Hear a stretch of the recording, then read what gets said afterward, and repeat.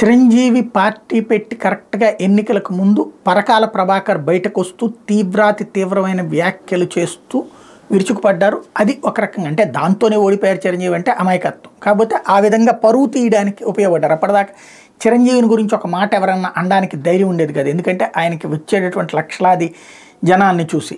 అలాంటి సందర్భంలో మొట్టమొదట నోరు తెరిచి పరకాల ప్రభాకర్ ఆ రోజున మాట్లాడడం సంచలనమైంది. ఇప్పుడు పోతిని మహేష్ 5 ఏళ్ల నుండి పార్టీని నమ్ముకుని లేదా 10 ఏళ్ల నుంచి పార్టీ నమ్ముకుని 5 ఏళ్ల నుంచి సీరియస్ ఎఫర్ట్లు పెట్టినటువంటి పోతిని మహేష్ ఇప్పుడు తీవ్రస్థాయి ఆరోపణలు చేస్తూ ఉండటం అన్నటువంటిది చిరంజీవి తర్వాత ఇప్పుడు పవన్ కళ్యాణ్కి మరొక గండం లాంటిది అయ్యింది.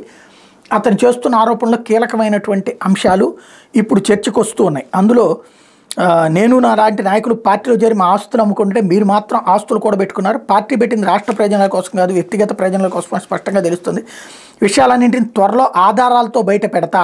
నిజానికి మా రక్త మాంసాలపై మీరు భవంతులు కట్టుకున్నారు. సుజనా చౌదరి గతంలో తన బినామీ ఛానల్లో తన తల్లిని దూషించారని పవన్ కళ్యాణ్ స్వయంగా ట్విట్టర్లో పోస్ట్ పెట్టారు. అలాంటి సుజనాకు పవన్ టికెట్ ఎలా ఇప్పించారు?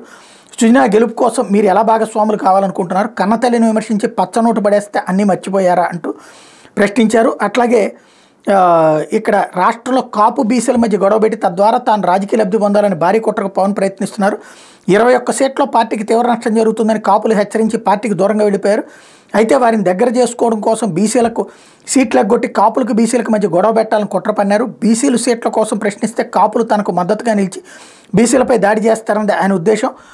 పవన్ దయచేసి కాపుల్ని బలి చెయ్యొద్దు అంటూ తను బీసీ కాబట్టి బీసీలకి అన్యాయం చేశాడు, కాపులకి అన్యాయం చేశాడు అంటూ అటు కాపుల్ని బీసీలని కలుపుకెళ్ళేటటువంటి ప్రయత్నం చేస్తూ ఉన్నాడు పోతిని మహేష్. ఇది ఫలిస్తుందా అంటే ఫలించకపోవచ్చు, కానీ కొత్త చర్చకి ఉపయోగపడింది. అట్లాగే పవన్ కళ్యాణ్ నమ్మేవాళ్ళు ఎవరు దీన్ని నమ్మరు. అదే సందర్భంలో పవన్ కళ్యాణ్ని తిట్టుకునే వాళ్ళు దీన్ని నమ్ముతారు. అదే సందర్భంలో తటస్థంగా ఉన్నటువంటి వాళ్ళని ఆలోచింపచేసేటటువంటి అంశం ఆనాడు పరకాల, ఈనాడు పోతిని మహేష్.